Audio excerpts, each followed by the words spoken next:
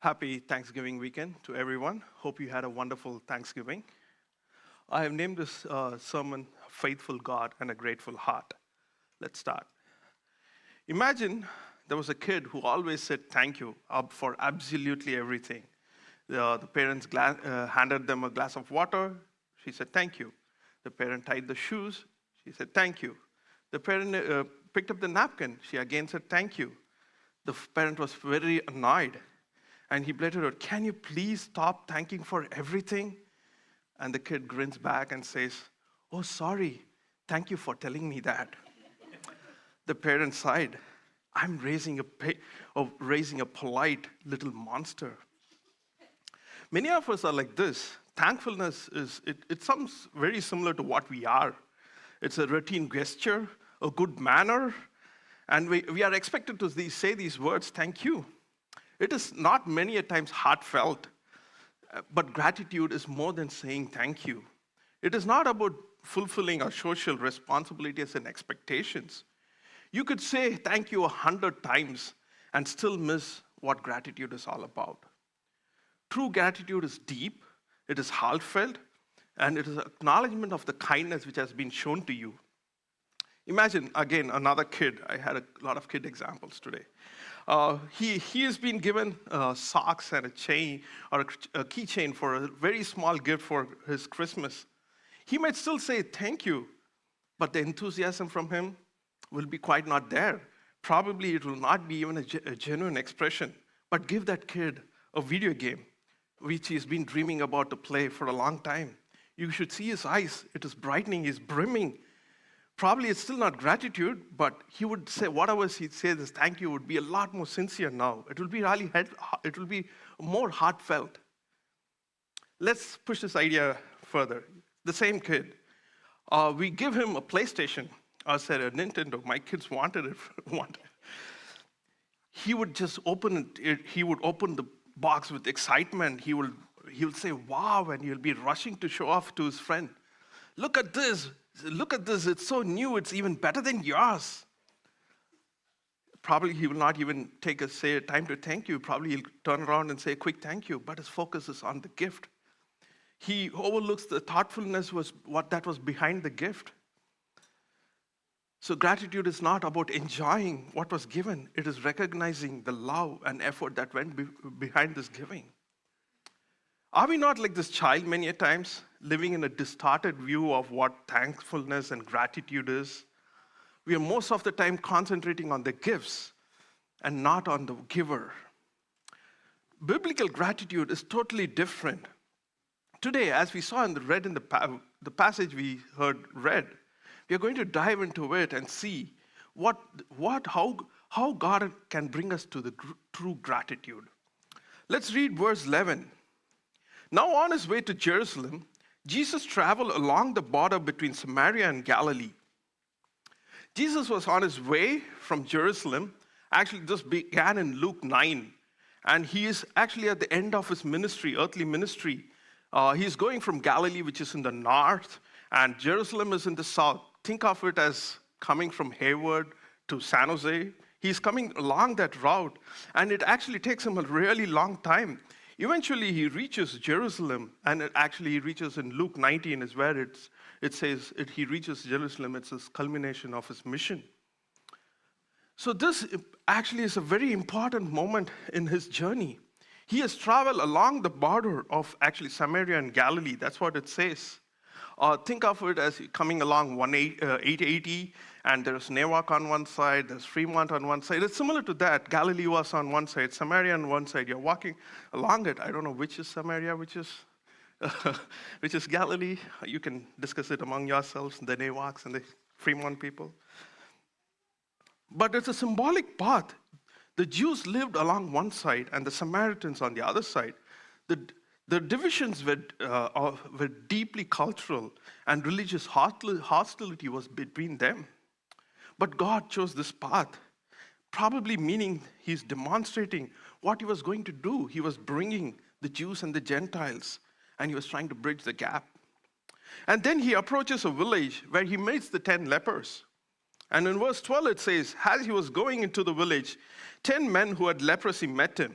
They stood at a distance and called out in a loud voice, "Jesus, Master, have pity on us." In biblical times, leprosy was actually a very far worse disease than the disease of leprosy, which we now know, which is called Hansen's disease. Even Hansen's disease, which we now know as leprosy, is pretty worse. It affects the nerves, the skins, the eyes, your respiratory system. People lose their limbs. It affects their voices. But it's not as highly contagious, but it's very debilitating.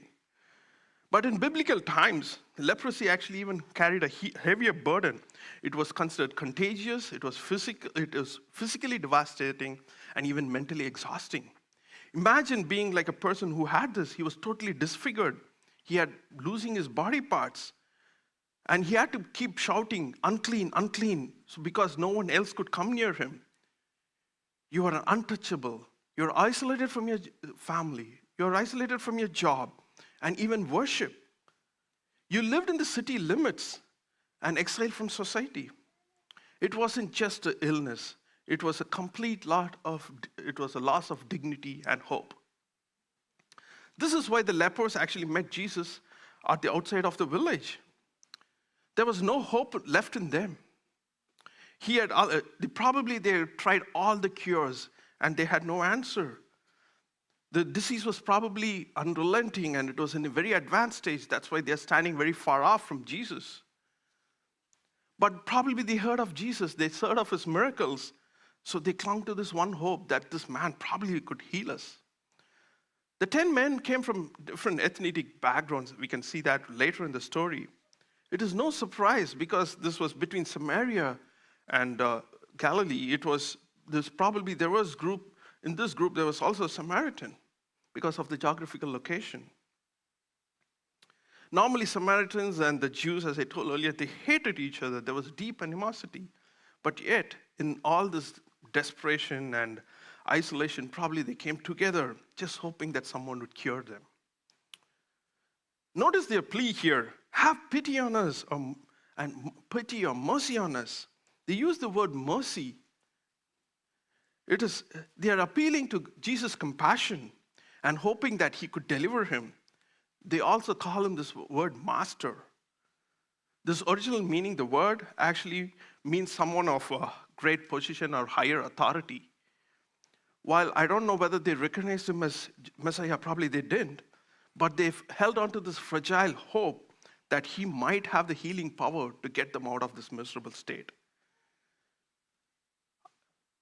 The moment for I've set the stage of what was happening here.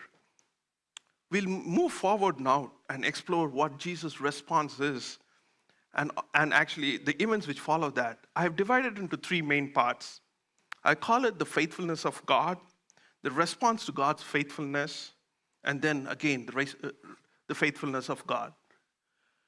So you can see the first and the last is almost the same. There is a small differentiation between these two faithfulness, and that's what actually causes the different responses from the lepers, and that's what we are going to see in the message today.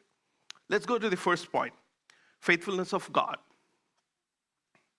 We see Jesus' responses in verse 14.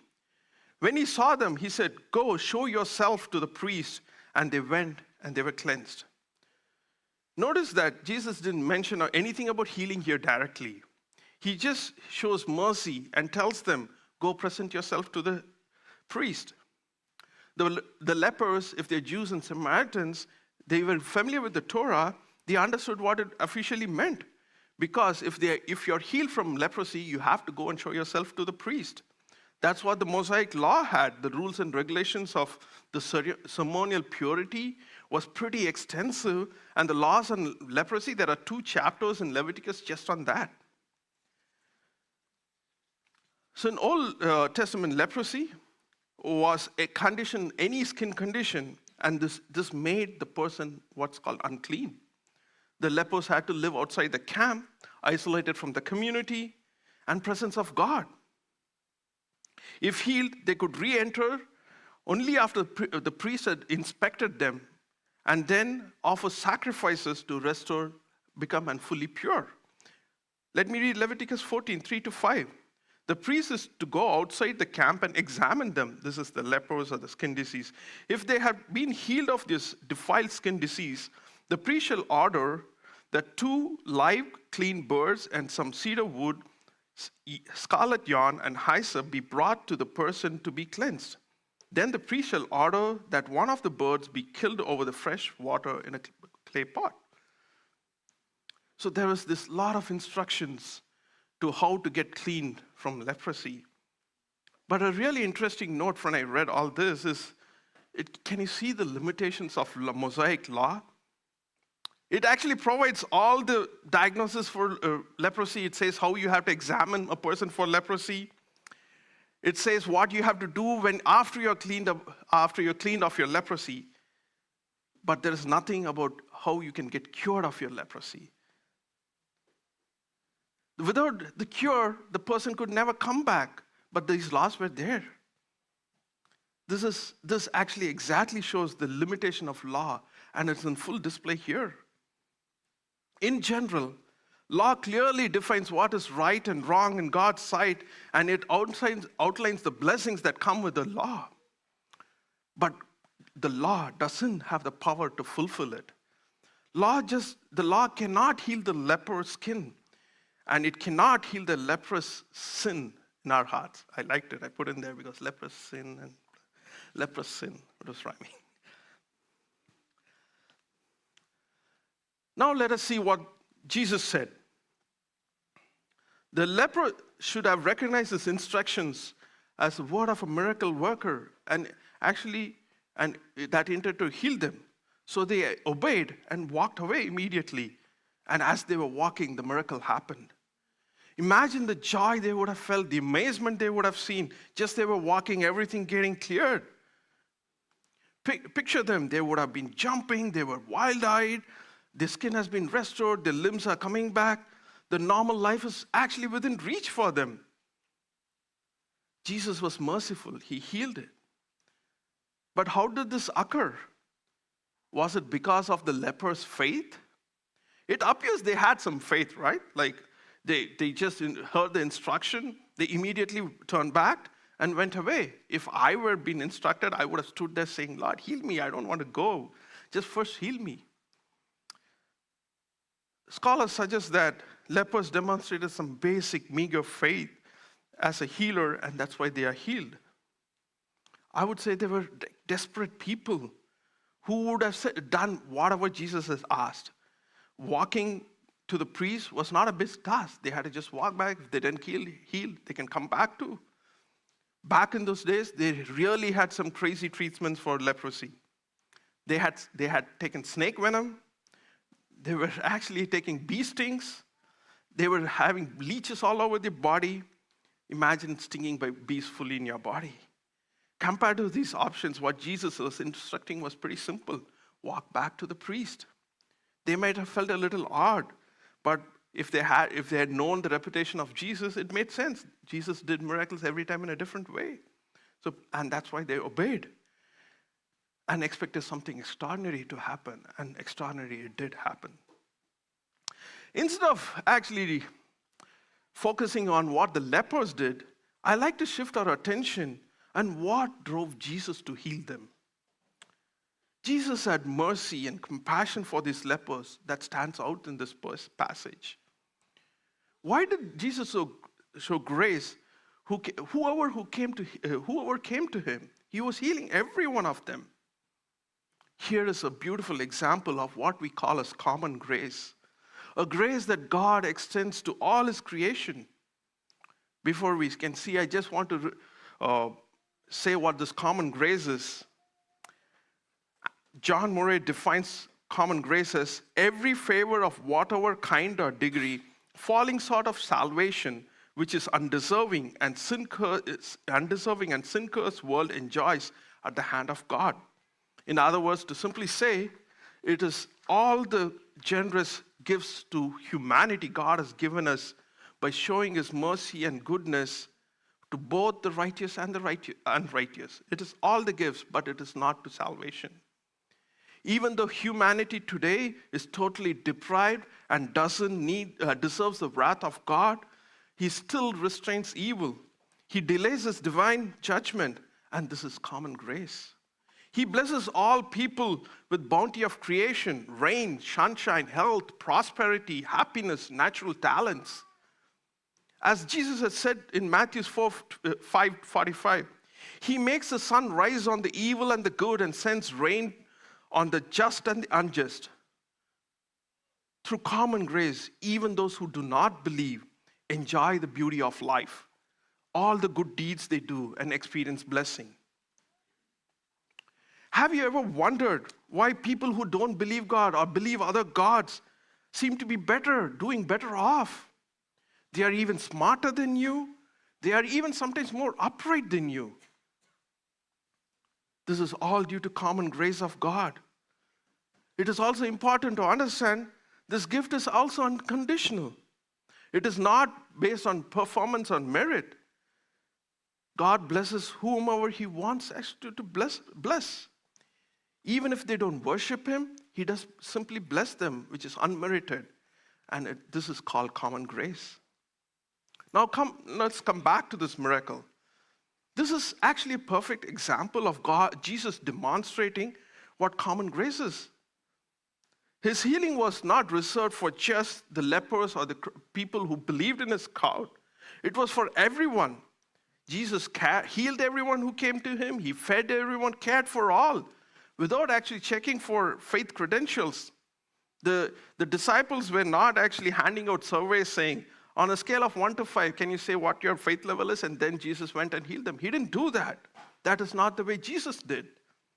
He pitied them, understood their needs, and extended kindness to whoever came to him.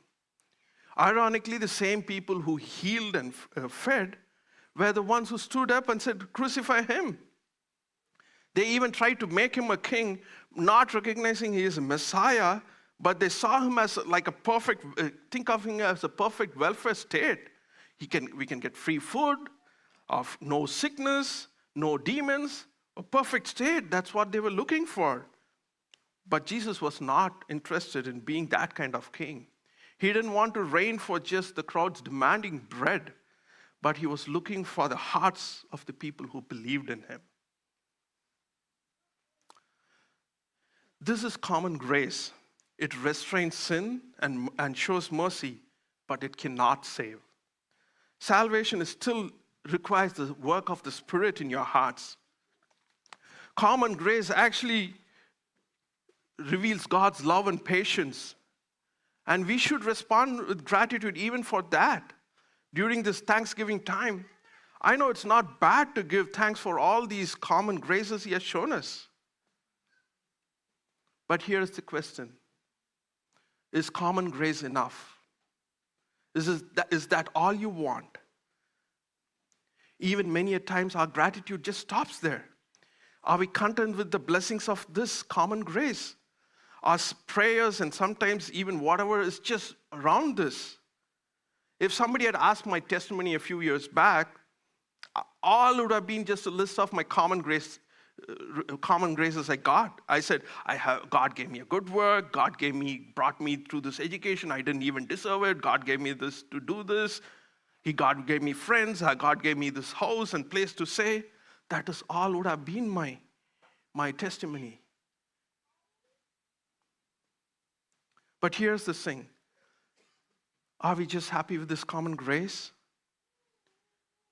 Are we actually enjoying the blessings? But we are enjoying the blessings, but are we not seeking the giver? It's like being thrilled for the appetizer and forgetting the feast which is coming after it. While it is really good to pray for your daily bread, as Jesus taught, and be thankful for it, there is more to it. And even here, the miracle doesn't end here. The story doesn't end here. There is more to the story. Now let's see what happens as we explore the two responses from the healing. We go to the second point. This leads us to the second point. The responses we have because of God's faithfulness. We see two different responses here. The first one is of gratitude from the one leper. Verse 15 says, one of them, when he saw he was healed, came back, praising God in a loud voice, and threw himself at Jesus' feet and thanked him. And he was a Samaritan. This one leper realized he was healed, and the moment his entire world shifted, he stopped on his tracks on his way to the priest. He was filled with joy and amazement. Instead of continuing with others, he turned back and went to Jesus. Overwhelmed by what was happening, he was glorifying God, not quietly, not subtly, but loudly and boldly, because his ravaged voice probably came back, and he's now fully restored, and he was proclaiming God's greatness. What is pretty striking is that Jesus didn't demand praise for the healing. Jesus didn't give that instruction. Yet this man's reaction was very spontaneous. It wasn't forced. It was really heartfelt. It was coming out of his heart. For this man, the healing was more than just returning to his family or normal life. Though it in itself would have been life-changing, but he recognized there was something deeper. He had felt the presence of God. As a Samaritan, probably he didn't fit into all the religious frameworks what the Jewish people had. Perhaps as an outsider, helped him to see how desperate he was, and he didn't really deserve anything of this. But God, in his grace, healed him. His deep need revealed his own lack of control, and that opened his heart to see God's work in his life. So this man did something extraordinary that no one else did. He turned back and just he thanked Jesus, because he saw in Jesus the power and grace of God. Did he stop here? He didn't even stop here. Actually, the word has another one. He fell at the feet of Jesus, fully prostrate before him. For a Samaritan, that act would have been radical, as it was the Jews. In both traditions, falling down as an act of worship was only reserved for God alone. To bow before anyone else would have been seen as idolatry or a grave sin. This leper saw something all the others missed. Jesus wasn't just a healer. He was actually God himself. He was the manifestation of God, and that's what made him fall on his feet.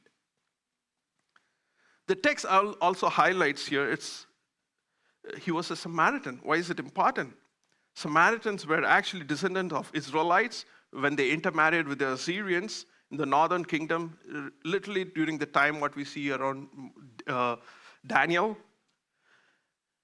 By the time of Jesus, the Samaritans and Jews were very deeply divided socially and religiously. The Samaritans only actually believed in the first 5 books of the Bible, the Torah. But yet, with all this, the Samaritan sees who Jesus truly is. What it shows here is recognizing Jesus as the Lord is not about a religious background or moral behavior or proximity to tradition and going to church. It is actually the work of the Holy Spirit in the person's heart. No matter your background, your state, or how far away from God you think you are, none of this matters to Jesus. The moment you see Jesus as the Lord, He is the one who has the power to heal you and save you. You will be overwhelmed with gratitude. The gratitude will drive you to Christ, and you will owe everything in your life to Him. This gratitude is a rare combination of humility and joy. It's like true love. Real thankfulness actually displaces selfishness. You cannot be prideful when you see it. You're not self-centered. You're only seeing at the person who gave it, and you actually go to Him and you fall at His feet. When I first read this passage, I wondered, this man was very disobedient. All the other 9 went and actually heard what Jesus said. They went to the priest. I thought of actually initially when I read it, naming the sermon, the disobedient leper. But on closer reflection, I see that he was probably the most obedient of all. Because after all, where did he go? He went to our true high priest.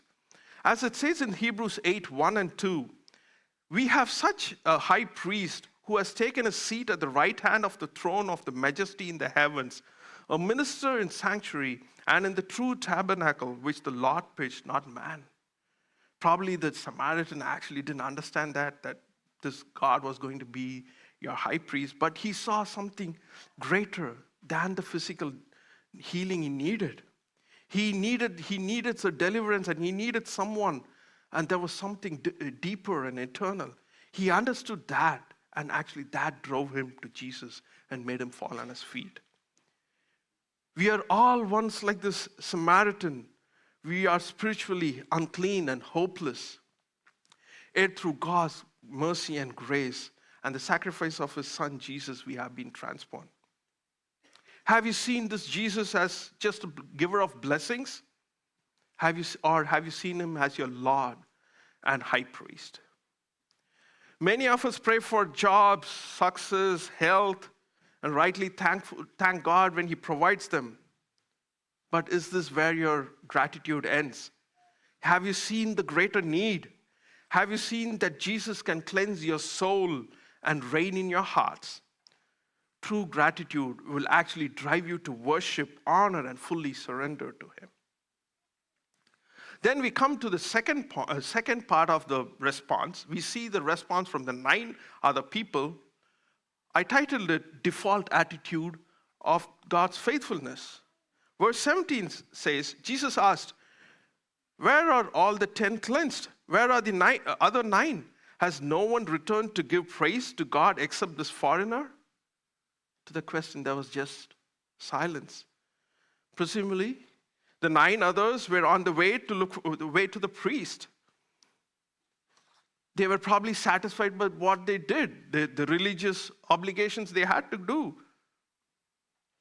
We see from the second statement, Jesus saying he's a foreigner. He's likely these men were Jewish, not very certain, but probably they were Jewish. They were healed and they followed the law. They went to the priest, they showed them to the priest, and in their minds, they were done with it. They didn't require anything more. Here is the problem. If you keep focused on the law, you fail to see who Jesus is. The law-keeping might actually feel satisfied, and it becomes a barrier in recognizing who God is.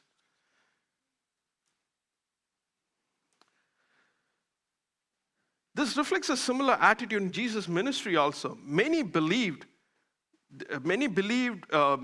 to Jesus, they were healed, but they had no sense of sin, no remorse, no desperation of salvation. They didn't see Jesus as the Messiah, but someone who actually just met their physical needs. Even today, many of us present Jesus in a version of Jesus which is tailored to our own desires, and that's why we go to him. But in truth, Jesus offers something more greatly than all the worldly blessings. And when we fail to see that, we actually are cheating us to see what the true gift is. This text actually doesn't give much insight why these 9 lepers had gratitude. So I thought, let's explore it from the Bible, why we have this ingratitude. The first one is discontentment. It begins in the Garden of Eden. Adam and Eve had everything, God's abundant creations and his presence. What else did you need? But that wasn't enough for them. Out of disbelief and discontentment, they reached to what they thought they needed. They assumed that God willed something and they wanted it. That discontentment blinded God's faithfulness. And that is what made them to sin there. So this discontentment actually makes us have this ingratitude in our lives. The next one is looking at the gift over the giver. The Israelites, all their history is an example of it. They grumbled in the wilderness, longing for food in Egypt. Even after witnessing God's mighty works, they valued the gift more than the giver. They were actually looking for, when he provided food, they wanted more food, a different kind of food. They were actually ignoring his presence, and they were only looking at his provisions. John Piper says, if gratitude is not rooted in the beauty of God before the gift, it is probably disguised idolatry. It is so dangerous. If we are looking at the gifts, it's probably because it's our idols. Focusing on the blessings and neglecting the blesser is actually very dangerous. It will lead us into idolatry. The fourth one is the fall and the sense of entitlement. In Romans 1:18-21, Paul explains that people suppress the truth about God. Though they knew him, they failed to honor him, and it says, or give thanks. Instead of living an attitude that owes God to something, they think that God owes them something. That is actually the root of sin. Root of sin is failing to honor God and be ungrateful. These are universal issues. Every person struggles with it, and this is your natural state. In your natural state, you're always a person who is not with gratitude. And finally, pride. Pride, we saw a few weeks back on Daniel how pride was the main sin which makes us go away from God. Prideful heart cannot be thankful because it believes it's not self-sufficient, and prideful heart thinks that it deserves whatever it gets. Pride blinds God's role as a creator, sustainer, and savior. So summing up all these four things, you can see it is a natural state that one is always thankless. They are always rejecting God as a creator. Like a little child who is after the toys and he forgets his parents, we are born with this attitude of looking at the gifts and not the giver. But that's something remarkable that happened with this leper, this one leper. While all the 9 lepers responded in their natural state, there was something which clicked in the mind of this person, which others totally missed it. And that's what made him turn back. What was that made him turn back? What allowed him to see in Jesus what the others couldn't see? This leads us to the final point where we explore why this heart of this man shifted and how it can happen in us today.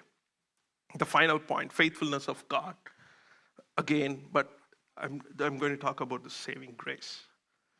Verse 19 says, then he said to them, arise and go, your faith has made you well. When Jesus speaks here, he's speaking as a man with authority. His commands, arise.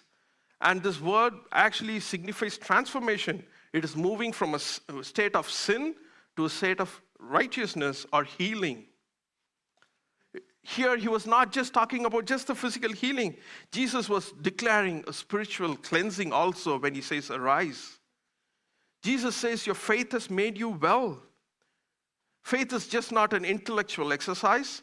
It is a deep personal trust in Jesus' power and your willingness to be healed and be saved by him. This answers our earlier question which I asked. What sets this man apart? It was his faith. Personally for us, it leads us even to a deeper question. How can we attain this kind of faith that will lead us to gratitude and transformation? The answer is not a formula or a checklist I can give you. Faith isn't some things which we can manufacture on our own. It is believers respond rightly to God because of his sovereign grace. God transformed their hearts. It is God who begins the work of salvation. He plants the seed of faith and ensures it grows by regenerating you by the Holy Spirit. Salvation begins and ends with God. Ephesians 2:8-9 says, for it is by grace we have been saved through faith, and this is not from yourself. It is the gift of God, not by works, so that no one can boast. In our spiritual state, we are all spiritually dead, incapable of following God's will. We naturally resist him. Yet the faith actually justifies us. It is not we can muster it on our own. It is actually a gift from the Creator. God should intervene. Unless that, no one can trust Jesus on their own. This is what is called saving grace. God's unmerited favor that brings about salvation. Salvation is a gift that you cannot earn. It comes solely by God's grace. Salvation humbles you because it reminds you you have nothing in you and you have nothing to do with it. When we see the role of salvation, you should be filled with humility and gratitude. When you are given a gift which you didn't deserve, you can never earn, it will turn you and you fill your hearts with gratitude. Now you may have noticed I started and end the sermon with the same points of saying faithfulness of God. But you could see the difference there, I think. The first faithfulness was pertaining to the common grace. God's grace for all people, believers and unbelievers. But the third point here speaks about the saving grace of God. The common gives blessings to everyone, but the saving grace is the one which transforms you and brings you into a relationship with God. You might still ask me, why did I put faithfulness of God and not faith in God? Because God says, after all, says it's the man's faith which saved him. What is the difference? Here is the key difference. Even our faith is rooted in God's faithfulness. The source of our faith is not ourselves, it is Christ. Our faith matters because it is found on the unshakable faithfulness of God. In Luke 17, 5-6, just a few verses before this, the Jesus disciples were asking him, can you increase our faith? And Jesus responds by saying, even your faith is small as a mustard seed, it can move mountains. How can that do it? He's not saying, okay, I'll increase it, but he says even a small seed can move them. Because it's not the size of your faith that matters, it is your object of your faith. When your object of your faith is Jesus, even the smallest faith can lead to incredible transformation. This is what we see in the story here. We see the faithfulness of Jesus in full display. His faithfulness brought healing and salvation to the Samaritan leper. He was far removed from the religious privileges. But it is God's faithfulness, Jesus' faithfulness, that brings the sinners like the leper and us onto his family. Hebrews 12:2 reminds us, look unto Jesus, the author and finisher of our faith. Jesus, as he was walking towards Jerusalem, he was walking towards the cross, and Jesus knew it. And knew that when he was walking towards his cross, it was his faithfulness which was going to bring about salvation. Not because of how much the leper had. Jesus knew his faithfulness on the cross was going to make him well. The word well actually here means rescued from peril or delivered from perishing. That's the word which is used when he meant well. So Jesus knew this man needed something more than healing of his leprosy. He needed rescuing of his sin. That is why Jesus went to the cross and endured the cross. It's the seriousness of sin that required the ultimate solution, the sacrifice of God's Son himself. So as we close, let me ask you, have you seen this Jesus of fully, truly who he is? Have you placed your faith in this faithful God, in the faithfulness that saves? That is the reason of our ultimate gratitude. Not just blessings and answered prayers, but for the cross, where Christ's faithfulness was on full display. If all your Christian life you have been thanking Jesus only for your common grace, your job, your health, your family, let me urge to you today, please look at the cross. That is where the true joy comes from. When you experience this saving grace, you will be praising and you will be thanking him, which will be overflowing. For all who have experienced this grace, let's respond with a heart of gratitude. Let our worship reflect the joy and awe we have in this one God who made this possible. I just want to give you finally a few practical ways by which we can do this. If you're already in Christ and you really want to cultivate this gratitude in your heart. The first one is prayer. Use prayer as to express your gratitude. Take time daily to thank for not only for the common graces, but the saving grace of God that brings joy beyond all understanding. Start it small, but be consistent. Probably just 5 minutes and then keep it growing. The other area where you can really cultivate a time of gratitude is the Lord's table. Approach the Lord's table with a heart of thankfulness. What better time will there be to reflect God and see what the blood and the body of Christ meant to us? Each time when you come to the communion, deeply thank God for what He has done for us through His saving grace. Another way is serving others. Give back to the community. Look at the areas where sinfulness and brokenness is causing havoc and find ways to help. Volunteering and serving others are powerful ways to express your gratitude and demonstrate love of Christ. Teach your children gratitude. There's a small different take on it. Definitely teach them to be thankful. That's important. But when they struggle to show gratitude, isn't that a wonderful opportunity to show them that they need the saving grace of God? Show them how the 9 lepers, show them they are like the 9 lepers who in their natural heart are thankless, and they need Jesus to be transformed. Isn't that a wonderful opportunity for us to teach our kids? And finally, this was also a point which I was pondering upon. How there can be gratitude in grief? I know there's some people who had loss of loved ones or going through really difficult times. Thanksgiving might be really impossible. Your faith is probably even being shaken, and your gratitude probably seems far off. But Psalms 34:18 says, "Lord is near to the brokenhearted and saves the crushed in spirit." Gratitude during grief doesn't come instantly. Be encouraged by it. God is there with you. It evolves as you grow. It will begin to, whenever you start to begin to see the hand of God, you will start to trust Him and His promise. It might not be revealed completely in this lifetime, but there is God's faithfulness, and you can trust on it. As we conclude, have you experienced the ultimate gift of the saving grace? Have you placed your faith not just in the blessings of life, but the eternal rescue that comes for us from sin that only He can provide?